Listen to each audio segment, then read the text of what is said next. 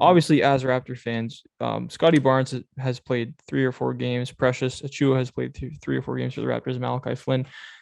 These guys have been really, really performing well in summer league. I know it's just summer league, but all three of them are averaging pretty much 17 points a game. Scottie Barnes is coming off his best game in a summer league Raptors uniform, 23, 8 and 5. He hit a three. Obviously, he had a good first game with 18 points, hit a three. Like again, it is just summer league, but I'm starting to have a feeling that we could be seeing like a bench mob 2.0 this year with the Raptors because Malachi Flynn, he was already improving in the second half of last year. If he added some weight, which it looks like he did, improves, gets more aggressive and confident. He can play off Dragic if Dragic is there Yeah, in the off the bench. Precious Achua is hitting threes. He already has like 3 or 4 highlight dunks that have been like just blowing up on Instagram.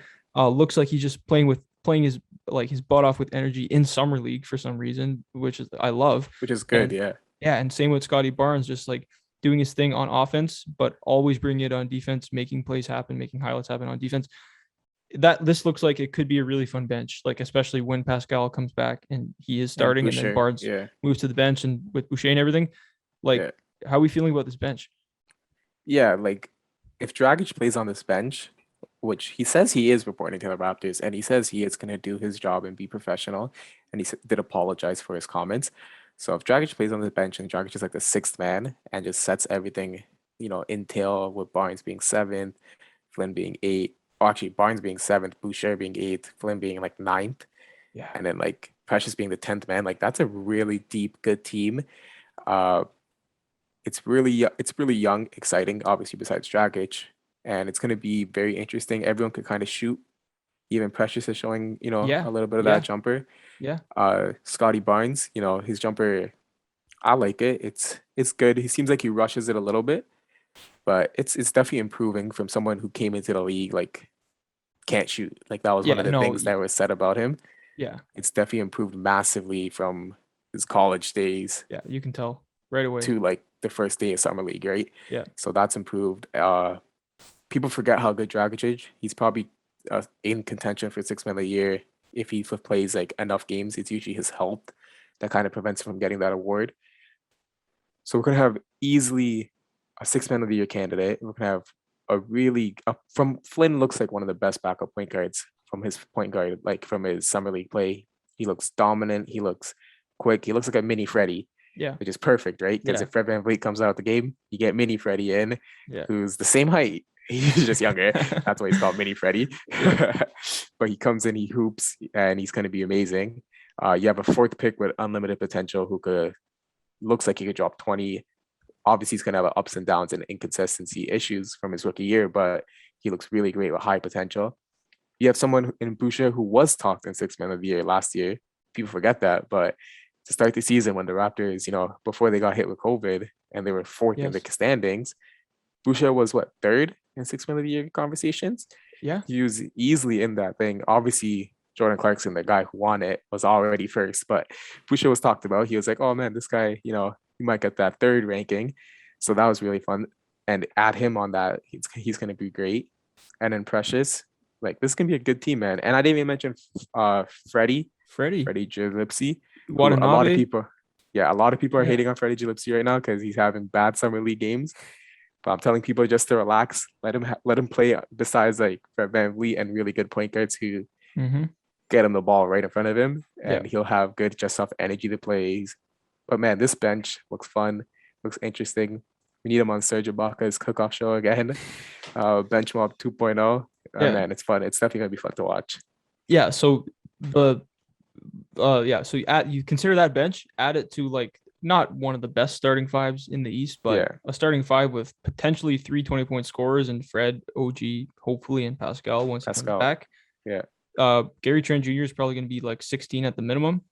probably He averaged scoring. 15 point like Yeah, 7 last year. Yeah, yeah, so and 16 then to 18. yeah, and then Ken Burch, who's not going to do anything like crazy, but he's going to be a Do his solid, job. yeah, Yeah, just do his job as a solid five man if undersized.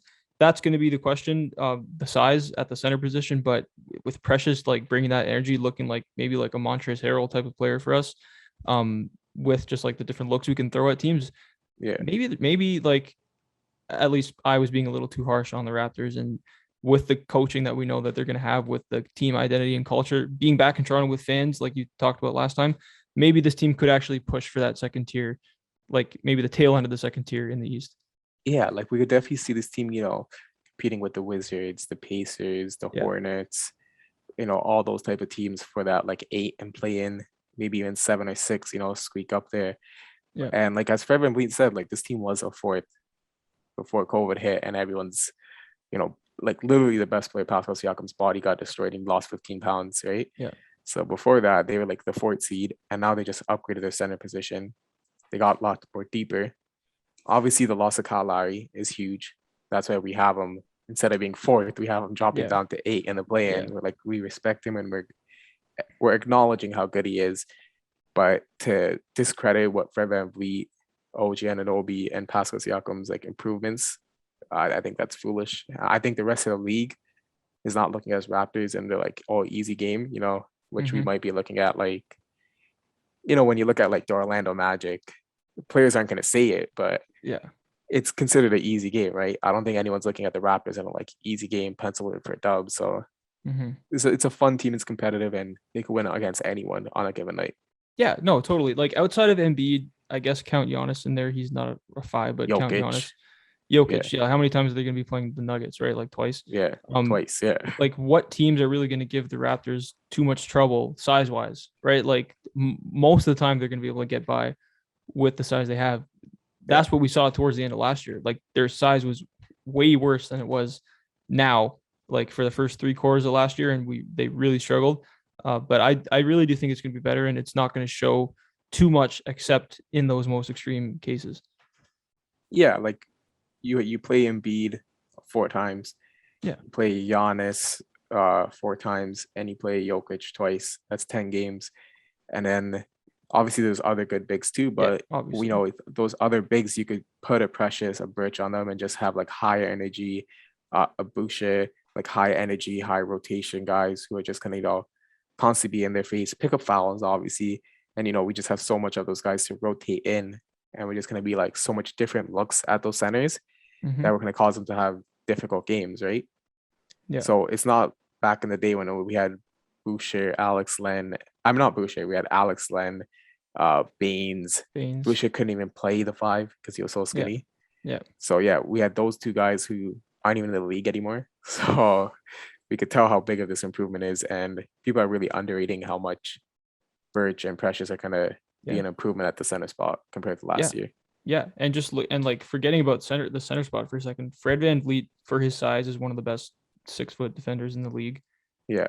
Gary Trent Jr. played some really nice defense when he came here last year. OG Anunoby, he's one of the best defenders, defense caliber player. Pascal Siakam, really good, like was all defense before he became the first option. He's more of a good team defender now than a one-on-one defender, but like perimeter wise, like I think this team is still going to be really good, and we know they're going to give it their all every night. So definitely don't count out the Raptors, as some people, including ourselves, a couple of weeks ago were doing. Don't count out the Raptors this year. Yeah, I think the internal development from summer league and stuff kind of made us realize, hey man, the Raptors do know what they're doing. Yeah. And that's why the phrase is commonly said through the Raptors subreddit, the Raptors Twitter is trust in Masai, trust in the process, but trust in Masai. And you just got to trust in Masai, man. This guy knows what he's doing. That's why it's highly sought after. Yeah. And it seems like Precious, like he's posting his highlights on Instagram with like proud to be in the 6, like representing the 6. That's what he's always saying. Like you said, Scottie Barnes looks like he's hyped to be in Toronto. So just like all this positivity. Lingo. All this positivity surrounding the team being back in Toronto. I think there's going to be good vibes, and like I think it's going to be a fun team this year. Yeah, this definitely is a team that's going to be getting like people up and out of their chairs, with the videos. Like we see all these scenes, Scottie Barnes, talking about in the Toronto slang, using like nice it, fam, lie, all those like words that Toronto people use. You're definitely getting into the culture, which we love to see. And when these guys have those highlight plays, get involved with Drake, get the younger audience involved, it's definitely gonna be fun to see. And we're definitely building a culture and a group of team that people are gonna fall in love with. It's kind of like the young DeRozan and Lowry days, something that happened when we were like pretty much kids. and we loved it. And I'm pretty sure the kids Yeah. nowadays are gonna love this too. Thanks for watching. Subscribe here so you never miss the best clips from Stretch the Floor. Hit the links in the description below to find us on all podcast platforms, and follow us on Instagram.